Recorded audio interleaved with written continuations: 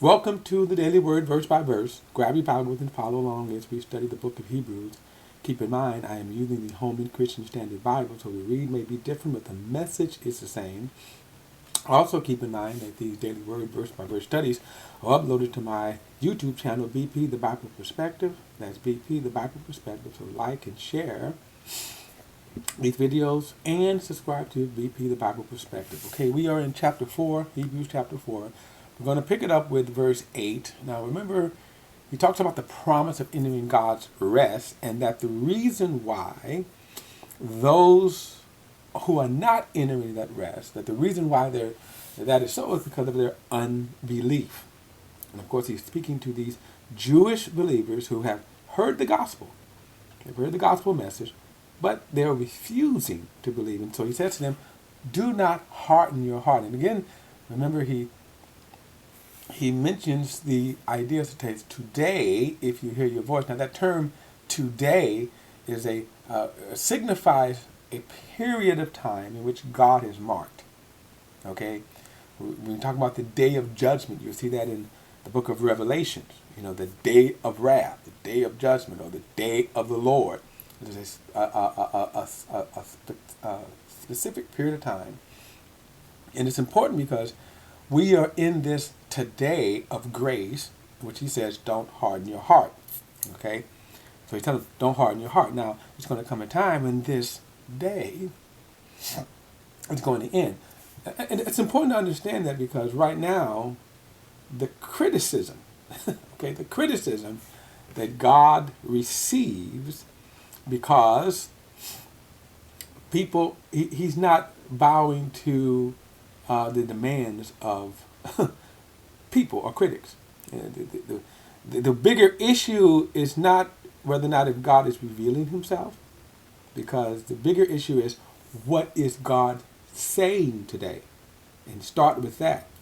A lot of times people will ask, why did God allow destruction to happen, or whatever evil to happen, and how come God doesn't stop it? Well, why don't we start with what God is saying to you? See, the bigger issue is going to be, what is God saying to you? And so he says, don't harden your heart. See, so right now, this age of grace, this is what God is saying. Now, there's going to come a time when he stop saying this. And you're not going to like that message when that day comes, okay? Now, verse 8.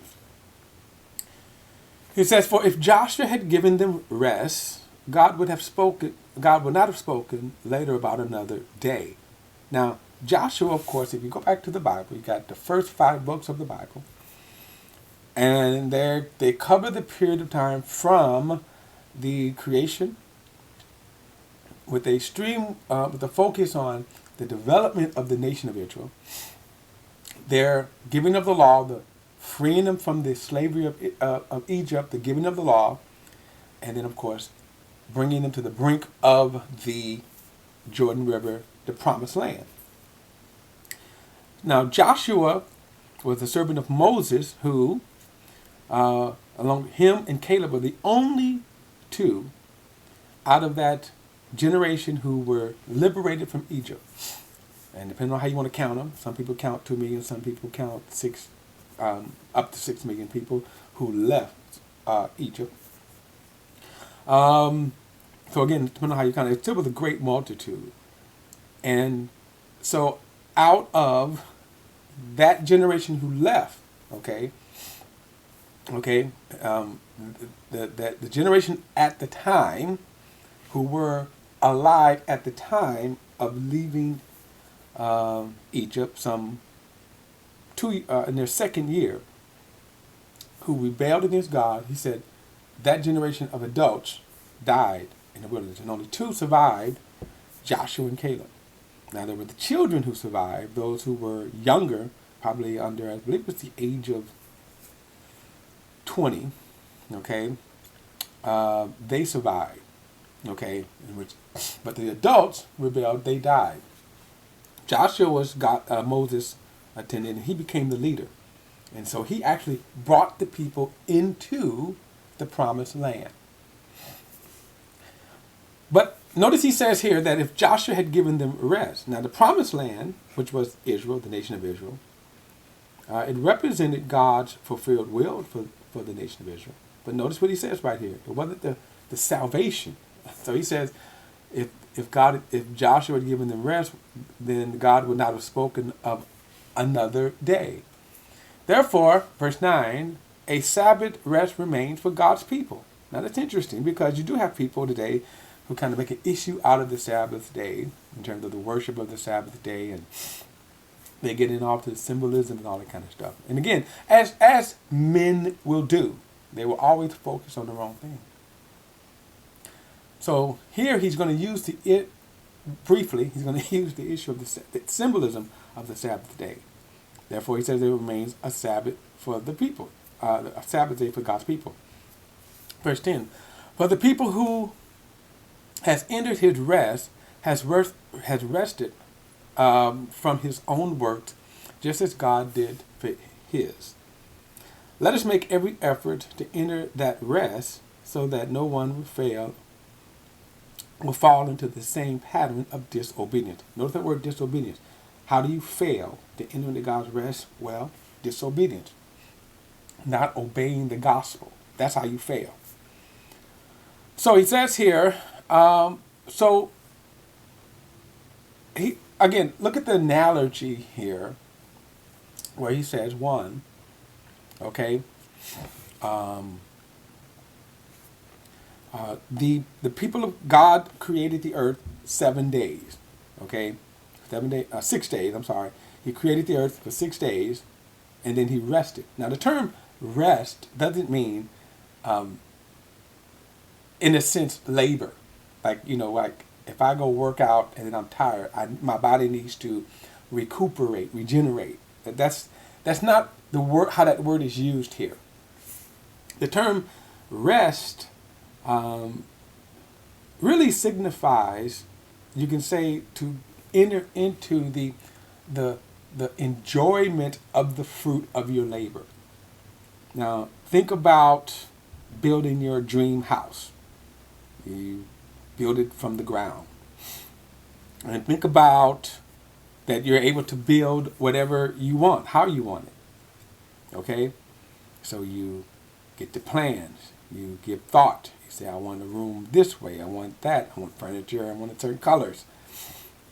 In the building process, you go through the building process.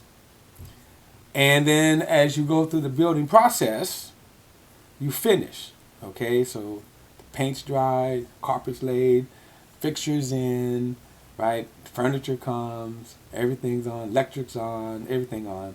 So what do? You step into the house. And that is entering into the rest. Meaning what?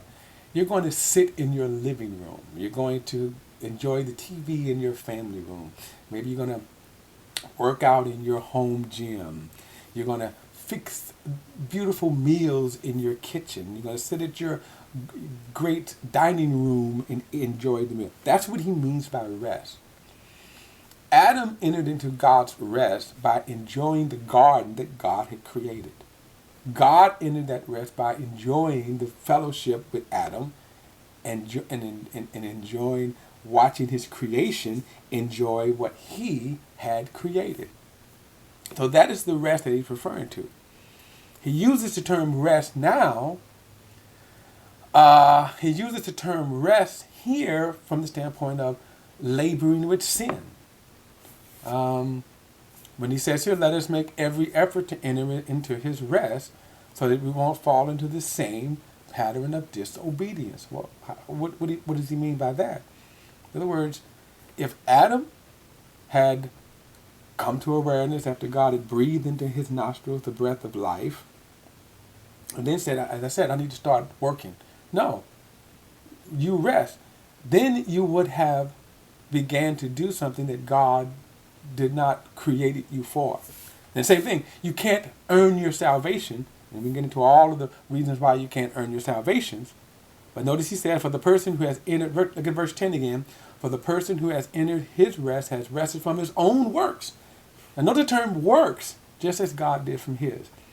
But if you're trying to earn your salvation, If you're trying to earn your salvation, you're missing the mark of God. Okay, I'm going to pick it up at, excuse me, I'm picking up at verse 12 in the next video. I'll see you then.